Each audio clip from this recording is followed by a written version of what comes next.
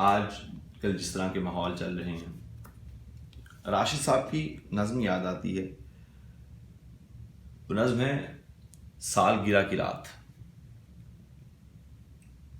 آج دروازے کھلے رہنے دو،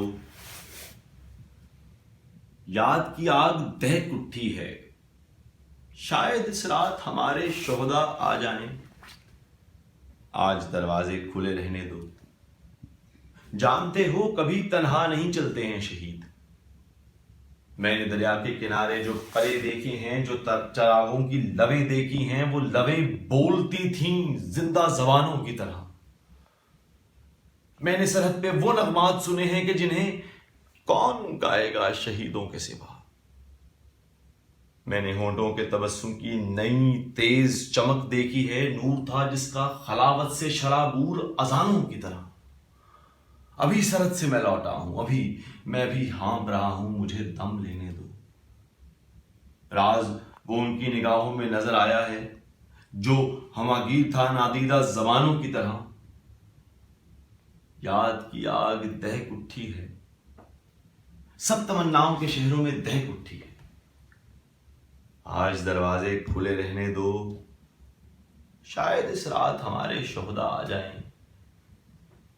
وقت کے پاؤں الجھ جاتے ہیں آواز کی زنجیروں سے، ان کی جھنکار سے خود وقت جھنک اٹھتا ہے. نغمہ مرتا ہے کبھی، نالہ بھی مرتا ہے کبھی، سنسراہٹ کبھی جاتی ہے ان محبت کے بجھے تیروں سے. میں نے دریا کے کنارے جو پرے دیکھے ہیں، میں نے اس آن میں دیکھا ہے، شاید اس رات اس شام ہی دروازے پر دستک دیں. شہداء اتنے سبک پا ہیں کہ جب آئیں گے نہ کسی سوئے پرندے کو خبر تک ہوگی، نہ کسی شاخ سے پتوں کے گرنے کی صدا گونجے گی. سرسراہٹ کسی زنبور کی بھی کہاں سنائی دیتی ہوگی.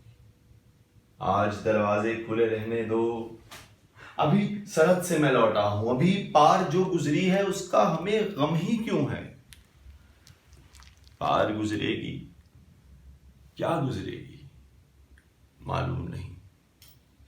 ایک ہی شب سے پریشانی آرام کو روحوں کو گرانے تاری. روحیں سنسان یتیم، ان پہ ہمیشہ کی جفائیں بھاری.